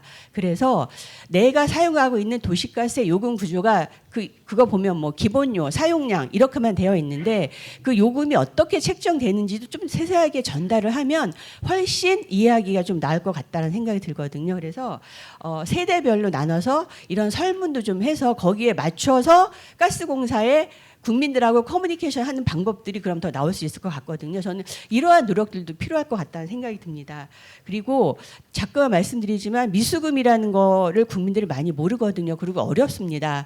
그 미수금은 보통 회계 용어하고 저는 다르게 알고 있거든요. 그래서 이거를 그러니까 미수금 이런 걸로 전달하는 게 아니라 정말로 우리나라 94.4%인가요? 그 석유와 천연가스 수입을 한다고 합니다. 이거 국민들 다 알고 계세요. 그런데 나하고는 상관이 없지 않은데 없다라고 생각을 하고 계시는 게 문제라고 생각이 드는 거죠. 저는 그런 과정에서 이참에 지금 어떻게 보면 국민들이 도대체 13조, 14조 원, 뭐 3천 명이 몇 년 동안 이래도 이런 얘기를 보는데 이게 뭘까라는 이 시기에 어떻게 보면 좀 이용을 해서 가스공사가 조금 더 노력을 했으면 좋겠다라는 말씀을 정말 드리고 싶고요. 아까 요금의 정치화는 우리나라에서는 쉽게 끝날 것 같지는 않습니다만 그럼에도 불구하고 에너지의 지속 가능성 이런 부분으로 저는 접근해야 된다고 생각이 들고요. 정부가 바뀌어도 국민들은 변하지 않고요. 가스공사의 미수금을 회수할 수 있는 방법들 여러 가지 나오게 되고 국민들이 모두가 이제 가스공사의 그 가스의 고객인데 장기적으로 보면 그 국회의원은 4년마다 바뀌잖아요. 저는 가스공사의 우구는 전 국민이라고 생각이 들거든요. 그래서 전 국민이 이렇구나 다 하진 않더라도 우리나라 전 국민을 가스공사의 편으로 만드는 그 작업 조금 좀 늦었다고 생각이 듭니다. 다만 그것을 좀 맞춰서 세대별로 맞춰서 접근할 수 있는 이런 설계가 돼야 된다는 생각이 들고요. 끝으로 취약계층 당연히 지원해야 합니다. 그런데 지금처럼 일괄적으로 가구 원수의 얼마 이게 아니라 지역마다의 다릅니다. 그 사용하는 양이 강원도 다를 수 있고 제주도 다를 수 있거든요. 좀 에너지 바우처도 지금 가구 원수로 되어 있는데 지원을 하지 말라는 얘기가 아니라 맞게끔 지역에 맞게 가구 원수에 맞게끔 좀 촘촘한 설계 그래서 가스공사도 거기에 함께 할 수 있을 때에 그런 역할을 좀 할 수 있을 것 같다는 생각이 들어서 가스공사의 노력이 조금 더 절실하게 필요하다라는 말씀 드리겠습니다. 감사합니다.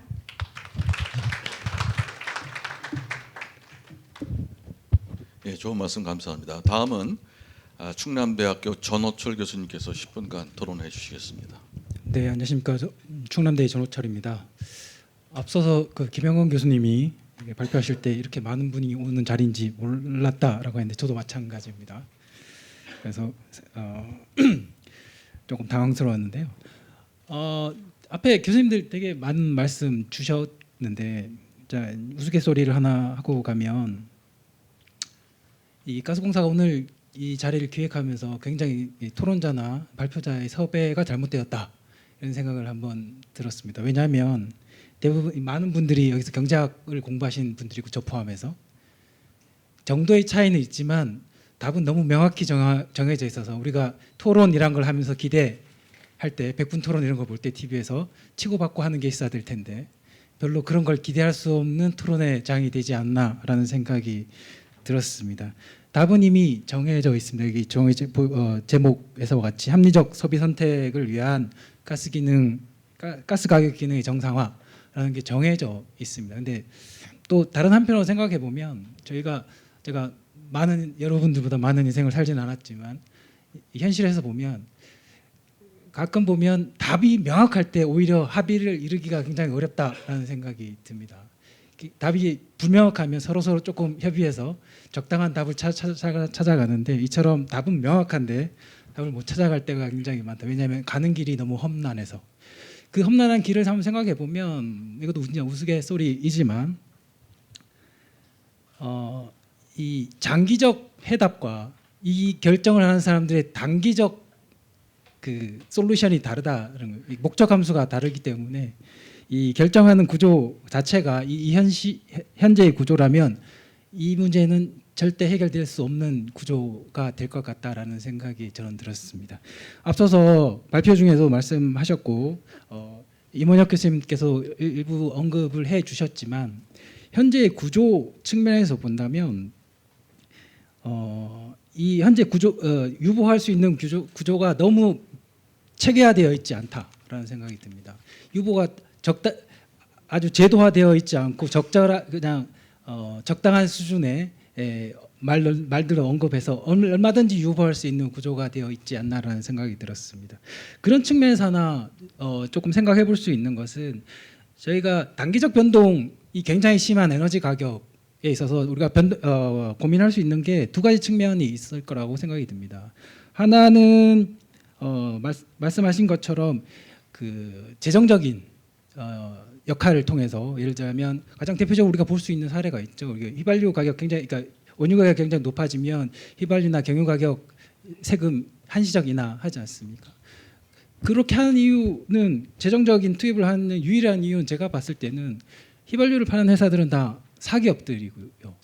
그래서 다른 제도를 쓸 수 없으니까 재정적 제도를 쓰는 겁니다. 동일하게 우리가 가스 가격에도 세금이 붙을 텐데 에너지환경세 같은 것들이 붙는데 그런 것들을 한시적 인하하는 방법을 통해서 좀 더 재정적인 방법이 있을 수 있을 것 같고요.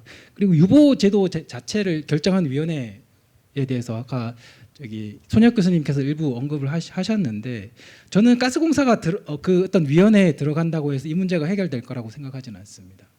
왜냐하면 가스공사 현재 구조에서 보면 가스공사가 거기 한 파트로 들어간다고 해서 이 문제가 해결될 수 없는 구조이고요. 다만 그보다는 유보할 수 있는 요건을 명확히 하고 좀 더 특히나 연속적인 유보에 대해서는 조금 더 강화된 기준을 써서 한 번 유보하고 다음 유보할 때는 좀 더 강화된 결정 구조를 가질 수 있게 명문화하는 것이 필요하지 않을까라는 생각이 들었습니다. 더불어서는 이 가스 좀 더 계속 나왔던 얘기인데요. 저희가 걱정하는 게 어떻게 보면 이 가격 결정을 계속 유보하는 그 이유 중에 적어도 명시적인 이유 중에 하나는 저소득층이나 소외계층의 문제를 계속 들고 있는데요. 앞에서도 말씀을 주셨지만 결국 복지 문제와 에너지 가격 문제는 분리시켜서 생각을 해야 될 거다라는 겁니다. 우리가 복지제도 굉장히 많습니다. 실제로 에너지 쪽에서도 에너지 바우처 제도라든지 이런 것들이 있는데 이런 것들로 풀어가야 되지 이것을 가격으로 풀려고 한다면 전반적인 우리가 경제학에서 항상 얘기하는 후생 손실을 가져온다는 것은 너무 이론적으로 명확하거든요. 그래서 이걸 분리해서 복지제도 차원에서 풀 필요가 있다라고 하는 겁니다. 더불어서 많은 연구들이 하는 얘기는 그렇습니다. 가격을 올바르게 받고 올바르게 합리적인 수준으로 받고 그것을 통해서 나는 수익을 저소득층에 환원할 때 전체 국민의 전체 그 사회의 후생이 증가한다는 것은 해외의 연구 사례도 그렇고 국내에서 연구됐던 사례들도 너무 명확하게 얘기하고 있는 것이라 그런 것들 차원으로 우리가 풀어가야 되지 않을까라는 생각이 듭니다. 이것도 조금은 더 나간 얘기고 이 오늘 주제랑은 조금 안 맞을 수 있는 얘기입니다만 이 가스 쪽에서 보면 크게 보면 그 도매를 담당하고 있는 가스공사가 있고 소매를 담당하고 있는 도시가스 업체들이 있는데요. 이 문제에 대해서 가스 가격이 변동할 때 왜 이 한쪽 도매를 하고 있는 쪽에서만 공기업이라는 이유만으로 모든 부담을 떠안아야 되는가 하는 구조에 대해서도 한번 전체적으로 한번 생각해 볼 수 있는 기회가 있었으면 좋겠다라는 생각이 듭니다. 그리고 또 마지막으로 그냥 오늘 얘기랑은 별로 큰 상관은 없는데 마지막으로 우스갯소리를 하나 하고 가면 제가 환경경제학을 전공했고 지금도 환경경제학을 학교에서 가르치고 있습니다. 환경경제학에 관련된 환경경제학은 이제 실제로 발생된 개발된 지가 그러니까 그러니까 연구된 지가 오래된 학문은 아닙니다. 상대적으로. 그래서 최근에 미국에서 책이 하나 나왔는데요. 책 제목이 환경경제학 역사라는 책이 나왔습니다. 근데 그게 부제예요. 부제고 원제가 Pricing the Priceless라고 되어 있습니다. 뭐 직역을 하자면 아주 가치 있는 것에 대한 가격 매기기 뭐 이 정도 될 텐데요. 이론적으로 제가 해석한 바로는 그렇습니다. 이제 가격이 매겨지지 않는 시장에서 가격이 매겨지지 않는 것도 가격을 매겨야 그 사회가 그러니까 에너지나 환경의 문제를 일으키는 것들에 대해서 합리적인 결정을 내릴 수 있다는 게 얘긴데요. 근데 되게 제가 자괴감이 느끼는 건 이 가스 가격이나 이런 우리가 보이는 가격들은 너무 명확하거든요. 우리가 이걸 프라이빗 코스트라고 하는데 프라이빗 코스트는 계산하기가 너무 명확해요. 우리가 환경에 대한 사회적 비용은 계산하기가 힘들어서 이것을 세금으로 매기가 굉장히 어렵다라고 하는데 이런 우리가 보이는 가격, 연료비 이런 것들은 너무 계산하기가 명확한데도 그럼에도 불구하고 우리가 교실에서는 우리가 보이지 않는 가격, 우리가 매길 수 없는 가격을 제대로 매겨야 된다라고 계속 가르치고 있는데 현실에서는 우리가 지금 잘 보이는 가격조차도 매길 수 없는 이 현실이 굉장히 자괴감을 느끼게 하는 포인트가 아닌가라는 생각이 듭니다. 그래서 맨날 수업 시간에 학생들한테 그런 얘기를 합니다. 이론은 이런데 현실은 그렇지 않다. 미안하다 얘들아. 이렇게 얘기를 합니다. 그런 일들이 조금은 사라져야 되지 않을까라는 생각이 들었습니다. 네, 감사합니다.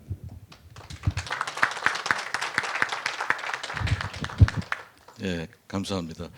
경제학자들만 모여서 답이 뻔하게 나올 거란 말씀 새겨 듣겠고요. 뭐 참고로 저는 이승만 연구원 원장을 하고 있습니다. 경제학과 좀 다른 지금 원장을 하고 있어서 참고를 해주시기 바라고요. 저도 이 분야 뭐 30년 이상 이렇게 보고 있고 여기 계신 분들 다 20년 이상 다 친분을 가지고 이렇게 알고 지내던 분들입니다. 또 오늘 플로어에 오신 분들 보니까 이렇게 전문성을 띈 관중을 대상으로 해서 발제하고 토론하는 게 얼마나 어려운 일인가 하는 것도 한번 느껴봤고요. 지금 많은 말씀이 있었습니다만 조금 제가 짚고 넘어가고 싶은 것은 연동제 유보 규정이 과연 합당하냐, 합당할 수도 있고 합당하지 않을 수도 있겠습니다만 적어도 우리가 헌법 23조를 우리가 생각해 볼 필요가 있어요. 그러니까 법률로서 재산권을 규제하더라도 헌법상의 정당한 보상은 있어야 되는 부분이고요. 따라서 이 연동제를 유보했을 때 미수금이 발생하는 것은 뭐 청구권, 지금 기타 비유동자산으로 회계적으로 처리한다고 하셨습니다만은 청구권적 성질이 강하기 때문에 이거는 줄 때까지 계속 청구를 하지 않으면 권리 위에 잠자는 자는 보호하지 않는다.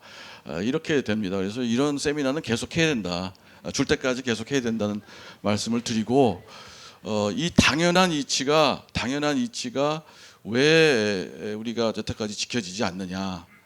아까 뭐 정권 얘기도 하셨습니다만은 진실과 합리만이 정권을 거쳐서 합리적인 제도를 만들고 우리가 모두 그 제도에 충실하게 이행을 할 것이다라는 생각을 합니다. 그래서 합리성을 가져야 되는데 그런 점에서 조금 문제가 있었다. 저는 그런 생각을 합니다.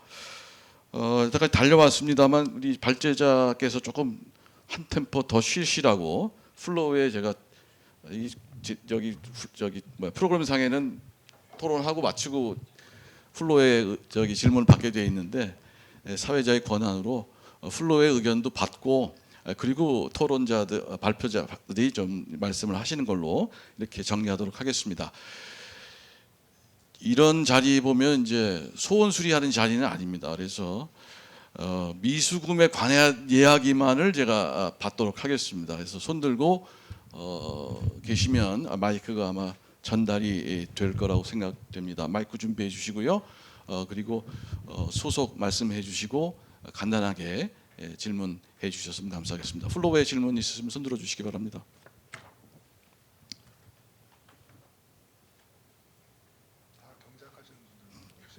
다 경제학 하시는 분만 모셨다고 그러시는데, 예, 우리 위원장님. 예.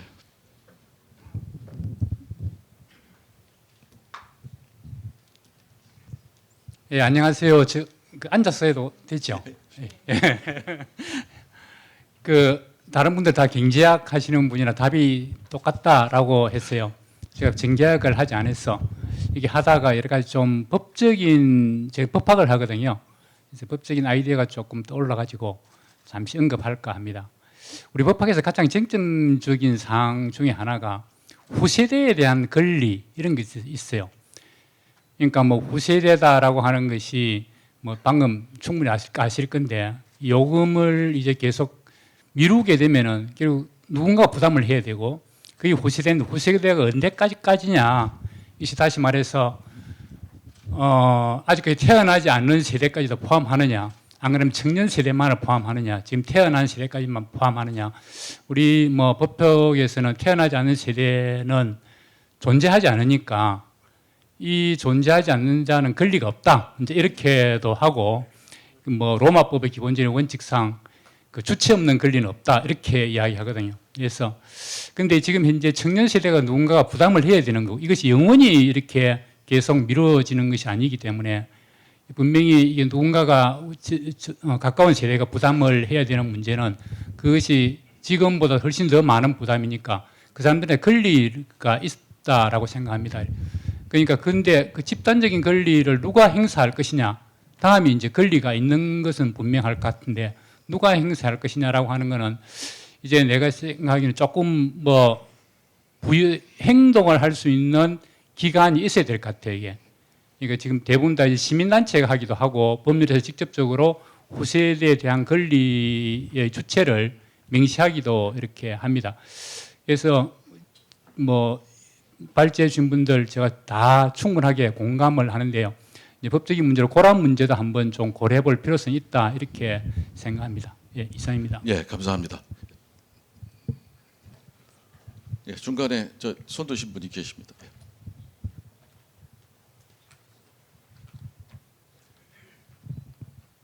네, 저 한국공학대학교의 박상철입니다. 그 발제하신 분하고 토론하신 분 설명을 잘 들으니까 제가 가졌던 의문이 많이 해소됐는데 우리 자장님께서 그 미수금에 한해서 질문을 하라 해서 그것만 질문을 드리면은 세 가지로 요약이 됩니다. 제가 잘 몰라서 그러니까 그걸 답변해 주시면 고맙겠는데 지금 미수금 문제가 미수금이라는 그 제도 자체와 문제가 그 한국에만 있는 제도인지 아니면 주요 에너지 수입국 모두에 있는 제도인지 예를 들자면은 유럽에서는 독일 그다음에 옆 나라 일본에도 같은 문제가 발생하고 유사한 고민이 존재하는지 답변 부탁드리고요. 두 번째는 이제 아까 발제자 중에서 말씀해 주셨지만은 지금 이 일반 소비자 가정용 소비가 뭐 가격이 높을 때는 소비가 줄어들고 가격이 낮을 때는 소비가 증가한다고 이렇게 간단하게 설명을 해주셨는데 제가 의문점을 갖는 거는 그게 진짜 사실일까? 예를 들자면은 전력 소비 문제만 보더라도 사실 우리 일반 가정의 전력 소비는 상당히 효율화돼 있어요. 그러니까 일본하고도 그 가정용 전력 소비가 거의 격차가 나지 않을 정도로 전력 소비가 효율화됐는데 가스 소비만이 가정용 소비가 그렇게 가격에 영향을 받아서 증가했다가 감소하고 그럴 수가 있을까? 제가 현재 그 소비자의 입장으로 생각하더라도 직접 가스를 소비하는 그 입장에서 그래서 그런 문제를 좀 명확하게 좀 답변을 해주시면 많은 도움이 되겠습니다. 감사합니다. 예, 감사합니다. 또 예, 저기 맨 뒤에 계신 분. 예, 저는 그 가스공사에서 퇴직해서 지금 에너지 업계에서 일하고 있는데요. 저희들 여기 지금 참석하고 있는 분들은 에너지에 대해서 상당히 많이 아시고 지금 미수금이라든지 이런 가스 가격에 대해서도 개념이 확실하신데 실제로 이런 그 가스를 정상적인 상태로 돌리기 위한 실질적인 권한을 가지신 분들은 저희들보다는 공감이 굉장히 떨어질 것 같습니다. 그래서 그렇게 이제 국회에 관련된 분들이라든지 또 여론을 주도하시는 국민 대표분들한테 충분히 잘 공감이 될 수 있을 만큼 저희들이 그런 설명력이나 논리 개발이 무엇보다 중요하지 않을까 그런 생각을 해봅니다. 뭐 저희들은 굉장히 절박하게 이게 너무 당연한데 또 그렇게 생각 안 하고 있는 의사결정자분들이 있다는 것을 꼭 염두에 두시고 앞으로 일을 추진하면 좋겠습니다. 감사합니다. 예, 감사합니다. 절박한 말씀인 것 같습니다. 또 예, 좀 시간이 다 돼서 여기서 플로우의 질문을 마감하도록 하겠습니다. 아마 정확한 말씀이신 것 같고요. 이 후세대 관련해서 좋은 질문해 주셨습니다. 사실은 제가 연금학회 회장도 했고요. 그래서 후세대 문제에 대해서 많은 고민을 해왔습니다만은 이게 후세대만의 문제가 아니라 현 세대에도 문제입니다. 사실 후세대 가면 빚이 너무 많으면 사실은 안 갚겠다고 나와서 그냥 그렇게 할 수도 있는 부분이라서 현 세대 문제이기도 하고요. 그다음에 아까 형평성 얘기를 하셨는데 미수금을 늘려서 형평성이 제고되느냐 그렇지 않습니다. 그러니까 혜택을 본 사람하고 나중에 1년 뒤에 부담하는 사람하고 전혀 다른 사람이기 때문에 형평성 논리도 사실 맞질 않아요. 그다음에 이제 가정용이 그러면 이 짤 때까지 짠 게 가정용인데 이거 조금 해준다고 그래서 뭐 이렇게 갑자기 늘어나거나 갑자기 줄어들고 할 수 있겠느냐는 말씀을 하셨습니다만은 제가 전력 수요 관련해서 상대 가격 변화에 따른 각 그 용도별 수요의 변화를 이렇게 측정한 적이 있었는데 상당히 반응을 합니다. 그래서 그런 부분도 우리가 염두에 둘 필요가 있고 과연 다른 나라는 있겠느냐? 다른 나라는 왜 여기 보시면 재정으로 아까 부담을 많이 하신다고 했는데 그게 솔직한 대응 방법이고 올바른 대응 방법이고 우리나라의 헌법 정신을 지키는 방법입니다. 그래서 어떤 재정적인 필요성에 의해서 개입을 하고 재정적인 필요성에 의해서 단기적으로 효과를 봤을 때 거기서 끝이고 이것을 후퇴하는 그런 식의 유연성을 발휘하는 것이 훨씬 더 정책적인 합리성을 높이는 방법이다 말씀을 드립니다. 이 권한에는 책임이 있어야 되는데 우리나라 법 만드시는 분들이 권한은 잔뜩 주어지고 책임은 약간 좀 이상하게 그냥 언급만 해놓는 그런 방식으로 진행을 합니다. 아마 법을 만드시는 분들이 다 율사이시기 때문에 헌법도 아시고 하니까 이 미수금도 청구할 수 있다라고 빠져서 법을 만들어 놨는데 가까이 있는 게 법이 아니라 주먹이다 보니 이런 상황까지 지금 와 있는 것이 아닌가 하는 생각이 듭니다. 그래서 우리가 상식을 회복하는 것이 정상화의 길이고 상식을 회복하는 것이 경제적 효율성을 높이고 경제적 성장을 가져오고 국민들에게 풍요를 가져오는 길이다라고 하는 것을 우리가 인식할 필요가 있어요. 제가 한국은행에 잠깐 근무한 적이 있었습니다만은 그때도 여러 가지 이런 정책적인 그런 문제가 있을 때 제가 지금 30년 내내 고민하는 것 중에 하나가 이런 정치적 개입이 과연 효과적이었느냐.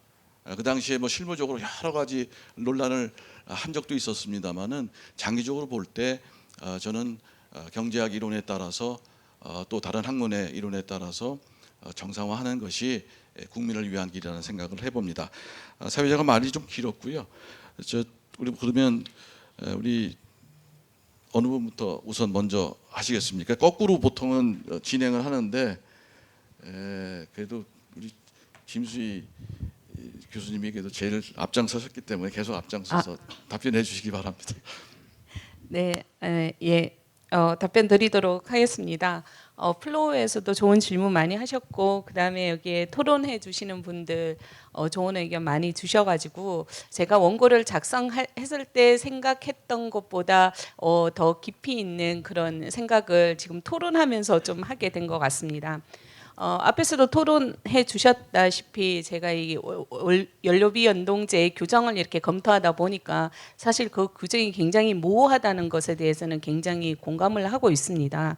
그래서 보면 뭐 요금이 플러스 마이너스 3% 이렇게 변동이 있을 경우에 물가 안정과 그다음에 뭐 국민 생활 이런 걸로 해서 유보를 하도록 되어 있는데 사실 그 지금의 작금의 미수금 상황 같은 경우에는 사실 그 플러스 마이너스 3% 정도가 아니고 플러스 마이너스 30%의 굉장히 극단적인 상황에 그런 나와 있던 그런 상황이고요. 그래서 이러한 위기 상황에 대해서 미수금을 우리가 어떻게 할 것인가에 대해서 한 번쯤 정부에서 가이드라인을 다시 한번 점검하고 그 기준에 대해서도 만드는 그런 작업들이 향후 더 필요하지 않을까 하는 생각을 하고 있습니다.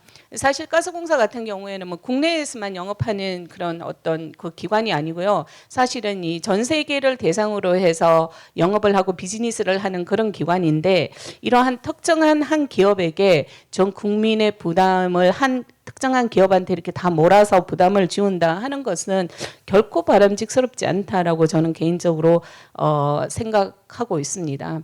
그리고 이 미수금 해소를 위해서는 사실은 두 가지 방법을 있는데요. 하나는 요금 인상이고 하나는 사실은 재정 투입이라고 저는 생각을 하고 있습니다. 근데 사실 그 러시아 우크라이나 전쟁 같은 경우는 굉장히 위기 상황이었는데 전기요금도 그렇고 가스요금도 그렇고 우리나라 국민들은 전혀 위기라고 느끼지 못하고 있었거든요.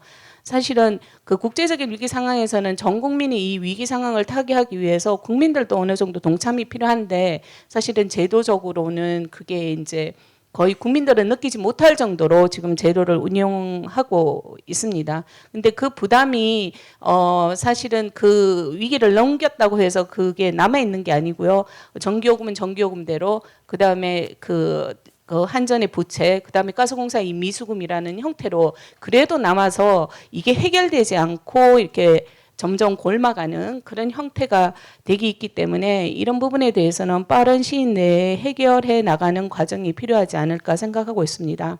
그리고 재정 투입에 대해서는 저도 어느 정도까지 정부의 재정이 좀 투입되어야 된다고 생각하고 있고요. 또 한편으로는 재정 투입뿐만 아니라 지금 형태의 15조 미수금을 해결하기 위해서는 재정 투입도 투입이지만 가스 요금도 일정 부분 인상해서 전 국민이 다 같이 이 위기를 극복하는 데 동참할 필요가 있다고 생각하고 있습니다. 그리고 한 가지 더 말씀드릴 부분은 사실은 우리나라 에너지 복지와 관련해서는 사실 전기는 전기요금은 따로, 그다음에 가스 쪽은 또 따로 이렇게 운영이 되고 있는 측면이 있습니다.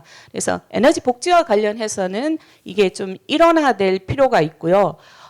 제가 예전에 이제 그 정부의 그 에너지 복지와 관련된 예산들을 쭉 검토하다 보니까 그 시행하는 주체가 누구냐에 따라서 대상이 다 달라지는 거예요. 그래가지고 이게 왜 이렇게 정부의 예산이 투입되는데 뭐 에너지 바우처는 또 따로 있고 가스 요금에 대한 에너지 복지는 또 따로 있는데 대상도 이게 또 일어나되지 않고 그렇게 해서 어떤 사람들은 약간 이 혜택을 보지 못하는 그런 부분들도 나올 수도 있고 취약계층이지만 또 어떤 때는 또 이중으로 혜택을 받는 그런 경우도 나올 수가 있는 그런 문제가 있습니다. 그래서 향후 정부 차원에서 그 에너지 복지와 관련해서 좀 일어나야 할 필요가 있다 그런 생각을 해봤습니다. 그다음에 가정용 에너지 소비와 관련해서는 사실은 이 그 소비자의 행태와 관련된 부분인데요. 사실 뭐 필수 에너지이기 때문에 사실은 가격 탄력성이 그리 높다고는 말씀드릴 수는 없는 사실이지만 아무래도 일반 에너지를 소비하는 입장에서는 가격이 올라가면 그 부분에 대해서는 좀 더 신경을 쓰는 그런 경향은 일반적으로 나타나고 있습니다. 그래서 가스 요금을 어느 정도 일정적으로 올려야만 그 에너지 절약에 대한 시민 의식도 고취할 수 있고 또 그와 관련된 여러 가지 기술 개발이나 이런 것들도 연이어서 이루어질 수 있다고 생각을 하고 있습니다. 그리고 일본에 비해서는 우리나라의 그 가스 요금이 아까도 말씀드렸다시피 57% 정도 수준밖에 되지 않기 때문에 올릴 수 있는 여지는 있다. 저는 그렇게 생각하고 있습니다. 예, 이상으로 마치겠습니다. 네, 감사합니다. 박수 부탁드립니다. 네, 다음은 손혁 교수님 짧게 부탁드리겠습니다. 예, 제가 답변 드릴 수 있는 부분은 많지는 않은데요. 우리 가스공사가 당면하고 있는 다양한 과제들, 예를 들어서 뭐 차입금을 빌린다든지 아니면은 뭐 위원회를 설치한다든지 의사결정 기구에 참여한다는 부분은 법이나 경제 또는 행정 쪽으로 하시는 분들이 나중에 입법기관과 관련해서 얘기를 하셔야 될 부분이고요. 저는 회계학자로서 말씀드리면 이 가스공사가 국제회계 기준을 지금 현재 사용하고 있으면서 다양한 앞으로의 이런 통제권 측면에서의 리스크에 시달릴 가능성이 있다는 측면에서 이 의사결정 기구에 참여를 하실 필요가 있다고 생각을 합니다. 지금 뭐 그 의사결정 기구가 어떤 형식으로 이루어지는 부분은 중요하지는 않을 것 같고요. 나중에 일단은 통제권에 대한 논란, 미수금에 대한 통제권에 대한 논란이라든지 또는 이 다양한 이런 회계 이슈들이 우리 국제회계 기준을 도입하고 있는 가스공사는 계속 이슈가 제기될 수밖에 없거든요. 그래서 이런 부분들을 뭐 감사위원회라든지 또는 우리 감사인들과 잘 협의를 하셔가지고 이런 회계 처리를 하셔야 될 필요가 있다고 생각을 하고요. 아까 플로어에서 말씀하신 이 원료비 연동제에 대한 부분은 제가 답변 드리기는 좀 어렵지만 어쨌든 우리가 IMF 옛날 시절에 환율이 급등하면서 이제 원료비 연동제를 도입하고 이러한 부분들을 가격에 반영하는 어떤 좋은 취지로 시작을 했는데 이 정책적인 일관성이 없기 때문에 결국에는 이런 문제가 터졌다고 생각이 됩니다. 그래서 이 정책적인 일관성을 확보하기 위한 다양한 이런 고민들을 앞으로 이런 포럼을 통해서 해결하셔야 될 것이라고 봅니다. 이상입니다. 예, 감사합니다. 박수 부탁드립니다. 예, 다음은 김영건 교수님. 네, 그 앞에서 그 질문 나오셨던 대부분의 그 질문에 대해 가지고 다 이미 답변을 하신 것 같아가지고요. 저는 뭐 임원혁 교수님 말씀하신 내용도 다 뭐 동의를 하고요. 저기 사무총장님께서 말씀하신 것도 다 동의를 하고, 그 전호철 교수님께서 말하신 부분 중에 이제 장단기로 좀 나눠가지고 생각해볼 필요가 있다는 말씀에 전적으로 동의를 또 하고요. 그런 맥락에서 그 우리가 지금 가스 시장에 대한 얘기를 하고 있지만은 사실 에너지라는 게 다 이제 얽히고 설켜 있는 부분이 있고요. 아까 에너지 복지 같은 경우에는 사실 요 가스 부분 하나만 갖고 해결하지 못하는 또 부분이 있어가지고 다른 에너지 부분을 이제 함께 고려해 볼 필요가 있다고 생각을 합니다. 그런 맥락에서 제가 지금까지 그 경험한 그 연구하면서 경험한 거를 딱 하나만 말씀드리고 끝내면은요. 제가 이 에너지 시장에 딱 들어봤을 때 여기저기 세미나도 가고 하면은 모르는 내용이 상당히 많았어요. 뭐 전문적인 내용들도 많았고. 근데 그때 제가 만약 토론을 하게 되면은 대응 방법이 딱 하나가 있었습니다. 무조건 가격 얘기를 하면은 저 사람이 이해를 하는구나라고 다 얘기를 하시더라고요. 그래서 어떤 세미나를 가든지 가격 문제가 없는 부분이 하나도 없었어요. 그래서 이제 제 주변에 있는 어느 교수님께서 학생들 보고 그 전기 소비를 줄일 수 있는 방안들, 그러니까 에너지 소비를 줄일 수 있는 방안들을 한번 만들어서 갖고 와봐라. 그래가지고 뭐 전기뿐만이 아니고 뭐 또 물도요. 그 물도 뭐 벽돌을 어디 넣어가지고 물을 조금 쓰고 뭐 전기는 뭐 언제 꺼가지고 조금 쓰고 콘서트를 빼고 뭐 이렇게 해가지고 뭐 얼마를 세이브할 수 있고 이걸 갖고 왔다고 합니다. 그래가지고 그 교수님께서 그래가지고 한 달에 세이브할 수 있는 돈이 얼마인데 그래가지고 10,000원이 그 5,000원도 안 됐나 뭐 그랬는데 그 금액을 보고 그 학생이 굉장히 실망을 했다고 그래요. 그 에너지를 줄이기 위해서 그 큰 노력을 해가지고 줄일 수 있는 게 얼마 안 됐다. 반대로는 지금 요금을 갖고는 어떻게 소비자들이 그걸 절약할 수 있는 유인을 지금 전혀 못 주고 있는 그런 사례가 아닌다라고 생각을 하고요. 그래가지고 뭐 마지막으로 가격과 관련돼 가지고는 아까 말씀 앞에서 하신 것처럼 단기적으로는 큰 변화가 없을지 모르지만은 자장님께서 말씀하셨듯이 저희가 지속적으로 가격에 대한 이 문제를 계속 어필을 하고 있어야 조금나마 이렇게 계속 지속적으로 발전해 가는 게 아닌가 싶습니다. 네, 감사합니다. 네. 우리 임원혁 박사님 잠깐. 네. 그 박상철 교수님께서 질문하신 그 미수금 제도의 해외 사례 부분에 대해서 말씀드리겠습니다. 저는 2008년도에 그 KDI 3.1회계법인 공동으로 그 전력 쪽에, 그러니까 전기 요금의 연료비 조정제를 들여오는 방안을 좀 연구를 했습니다. 근데 그 용어 그대로 연료비 조정제라는 것은 원가에서 연료가 차지하는 비중이 높은 가스, 전력, 열, 항공 산업 같은 데서 연료비의 변동을 가격에 바로 적용을 해서 경제 주체의 합리적인 선택을 유도하는 것이거든요. 그러니까 원래 취지를 보면은 이게 선심성 정책의 수단으로 변절되기 쉬운 공공요금을 책정함에 있어서 재량보다는 준칙에 근거하도록 하는 것이 핵심입니다. 그 fuel cost adjustment라는 걸까요? 연료비 조정되라는 것이요. 그래서 진짜 뭔가 불가항력적인 이유로 그 연료비 조정제를 적용할 수 없으면은 미수금 조항이 있긴 있어야 되겠습니다만은 실제로는 원래 취지 자체가 미수금 조항을 두는 게 아닙니다. 근데 우리나라는 이게 좀 약간 이상하게 된 것 같다는 느낌을 받습니다. 이상입니다. 예, 박수 부탁드립니다. 그 어느 분이 그러시더라고요. 해외에서 100년간은 콘크리트 아파트가 우리나라에 보면 50년밖에 못 간다고 그런 얘기도 하시는데 제도의 변질 우리가 막아야 되는 것이고 우리가 합리적 오늘 정상화 오늘 제목답게 합리화를 해야 될 거라고 생각이 됩니다. 이 순서에는 없는데요. 제가 사회자의 권한으로 우리 최연애 사장님께서 마지막 강평을 좀 해주셨으면 하는 부탁을 드립니다. 예, 부탁드립니다. 뭐 강평이라기보다요. 제가 오늘 다시 느끼는 게 역시 배움에는 끝이 없구나 하는 것을 제가 다시 한번 정말 느꼈고요.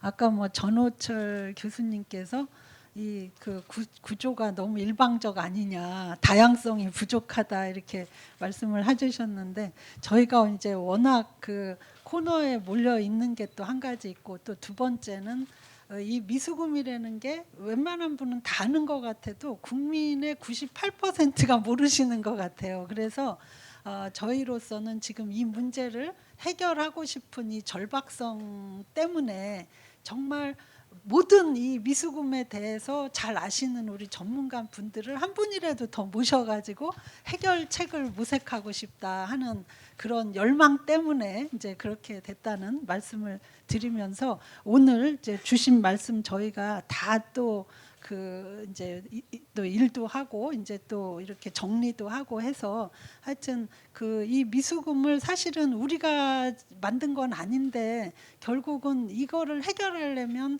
당사자인 가스공사가 뭐 적극 뭐 이렇게 우는 아이 뭐를 좀 먹기 위해서라도 적극 나설 수밖에 없다. 그래서 오늘 주신 말씀은 저희가 다 잘 정리하겠고요. 또 오늘만 해도 저는 굉장히 여러 가지 좋은 그런 그 정말 인사이트를 많이 얻었기 때문에 저희가 필요한 부분 또 그 우리 패널이나 발제자뿐 아니라 오늘 모이신 우리 다 그 여러분들의 의견을 다 모아서 앞으로 이거를 더 심도 있게 전개시키고 발전시켜 나가도록 하겠습니다. 너무 감사드리고요. 저희가 앞으로도 이 그 포럼을 이제 분기별로 한 번씩 할 거거든요. 그래서 지속적으로 관심도 가져주시고 또 이제 제가 이런 모임을 하는 것의 또 하나의 이제 취지는 우리 가스공사가 그동안 전문가의 그룹하고 상당히 관계가 소원해져 있어가지고 우리가 이런 문제가 생겼을 때 누구랑 얘기해 볼지 이 어드레스조차 얻기가 힘든 그런 이제 상황이 많았는데 오늘 이 자리에 계신 모든 분들은 우리 가스공사와 이제 인연을 맺으셨기 때문에 앞으로 저희가 자주 그 이제 그 답도 구하고 또 조언도 구하고 하도록 하겠습니다. 오늘 진심으로 감사드립니다. 네, 감사합니다. 네, 감사합니다. 예, 이것으로 토론 순서를 마치고요. 마이크를 사회자에게 넘기겠습니다. 감사합니다. 네, 감사합니다, 교수님. 네, 토론을 이끌어 주신 양준모 교수님께 다시 한번 큰 박수 부탁드립니다. 네, 오늘 이 자리에서 우리가 직면한 가스 산업의 현안에 대해서 전문가분들의 다양한 고견과 아이디어를 들을 수 있어서 뜻깊은 시간이었던 것 같은데요. 가스공사가 이 요금 정상화를 위해서 좀 더 노력해서 오늘 말씀해주신 여러 문제점들이 해소될 수 있기를 바라겠습니다. 그럼 이상으로 제2회 코가스 포럼 행사를 모두 마치겠습니다. 다음 코가스 포럼에서 여러분을 또 뵙기를 기대하겠습니다. 감사합니다.